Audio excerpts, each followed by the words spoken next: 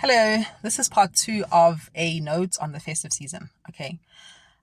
So yes, people, we need to rest. We need to really take it seriously that there's this time of the year when people are off from work, when people are off from school. We need to be spending this time resting. You cannot go into the new year absolutely depleted, not just emotionally and physically and mentally and spiritually, but also financially. It is such a stress on people to go into January financially depleted, or in even more debt than they already were before, because they've had to like you max out their credit cards to fulfill the seeming obligations to their families and friends over the festive season. So please, let's think about the rest part. Give your pocket a rest too. And then the other thing, ne, is, and here, I'll quote Tolstoy, in the beginning of Anna Karenina. He says, all happy families are alike, but every unhappy family is unhappy in its own way. So if you have a fantastic family dynamic and the festive season for you is a time of joy and laughter and giving and coolest vibes, you love your family, everyone loves each other, you're all real with each other, you know what? Praise be to the creator for your family and your good vibes. Honestly. In fact, I would even encourage you to post your stuff online so the people who don't have those vibes can vicariously enjoy them through you. You know what I'm saying? Or something. Maybe that sounds weird. I don't know.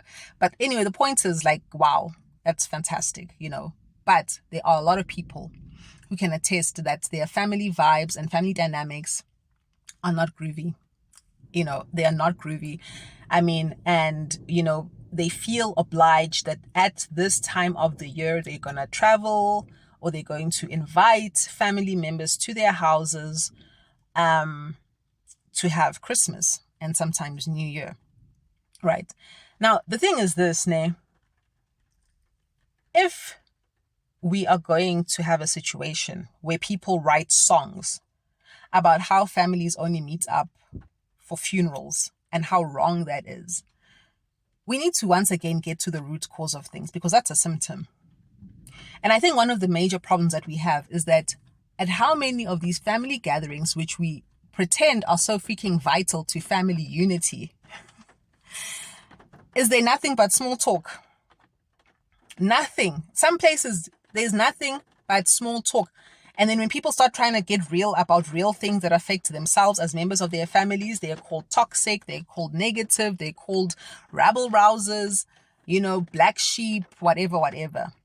And so is it a wonder that some people find it distressing to go home or have family over during the festive season? If you are able to be more real with a friend or a co-worker or just some random stranger in the grocery line queue at the grocery store, at the till queue, then you are able to be real with your own family members. Is it any wonder that people find it stressful? I encountered someone when I was quite young, I think I was in my teens, who said they cannot handle family gatherings. They can't handle them. They avoid them like the plague.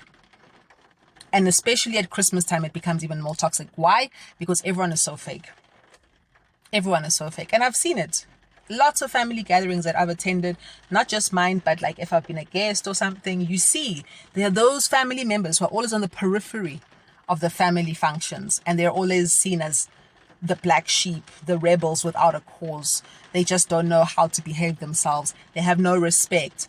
And yet, when they have real issues about what's happened to them growing up, some people were abused, bruh, like full-blown abuse that happened to them, whether it's emotional, physical, psychological, financial, whatever abuse that they suffered. Like financial abuse for a kid is when your parents refuse to spend the money that they just basically have to spend on you, bruh, like your food, your clothing, your school supplies, things that you need to just basically, achieve the primary needs of an organism, to survive.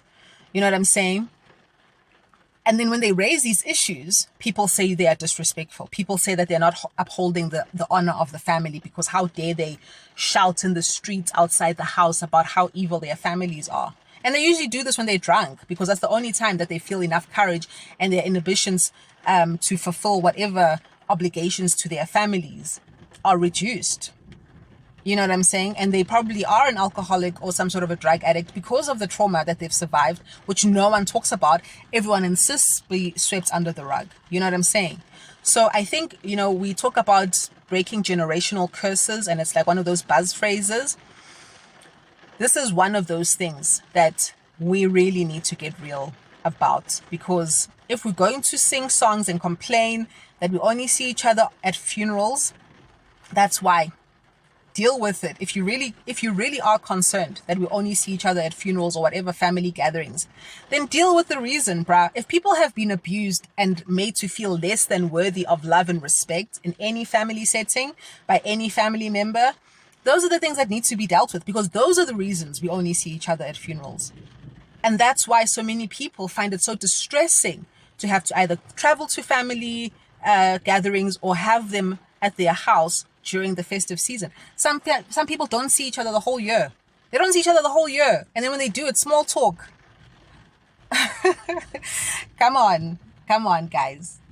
As humans, if we can do like in utero surgeries on babies, surely we can find it within ourselves to just start having honest discussions as families as to why it is that we only connect at certain obligatory family occasions, of which I believe a funeral is probably the most obligatory occasion, and then you have weddings as well. Okay. So yeah, I think this is a major thing, and it causes a lot of distress. And, the whole family obligation thing also then goes into financial obligations that people feel that they have towards their families. This whole thing of like, kids must get new clothes for Christmas. Dude, if a parent, whether the mother or the father or whatever guardian, aunt, uncle, grandparents, whoever's supposed to be taking care of these kids, if they really are financially strained, bruh, and they can't afford these things, how as a culture have we allowed children to carry the burden of shame that they were not able to be bought certain things for Christmas? I mean, what are we talking about? What are we doing? And like, ultimately for me, and this is where my whole culture development angle comes in, is that culture is a worldview, which means it originates or is an expression of consciousness. It originates obviously in the conscious field, but it originates in the subconscious, I believe. And then it's an expression, a conscious expression of consciousness, right? Of your worldview. This is how you see the world. Okay. And obviously it also comes from how you've been socialized, how you've been raised to believe in life and what life is supposed to be. Right. So what are we doing? What are we doing to ourselves? Because it's like, if you do something, anything you do or say, any action you take, it sends out a signal into the ether, the spiritual world, the consciousness realm, into the collective consciousness of humanity. Okay, it sends out the signal, and it declares that this is who you are, and this is our society, this is who we are as people, right? And then it's reflected back at us. We actually send out a beacon, and we get the same vibration back. So then do we wonder why there's so much chaos and so many people stressed out and don't know what to do about themselves? It's because we're sending out a beacon that we are people who are willing to overlook our own basic needs in order to make other people feel good. And do we even know that it makes them feel good? Do we know that children feel good if their parents are broke? They're not going to feel good later on when the parents are too broke to buy certain foodstuffs that they would really like, or too broke for them to be able to afford a new pair of school uniform pants, or for them to do their hair, to go to school. So it's like, can we not have these conversations to say to our kids, guys, I don't have the money for this thing. So can we just save the money so that at least we know that going into January, we have everything we need. We're not scrounging for food and for stationery and this and that. Let's just take it easy Christmas. Let's not splurge, and let's focus on what Christmas actually is about.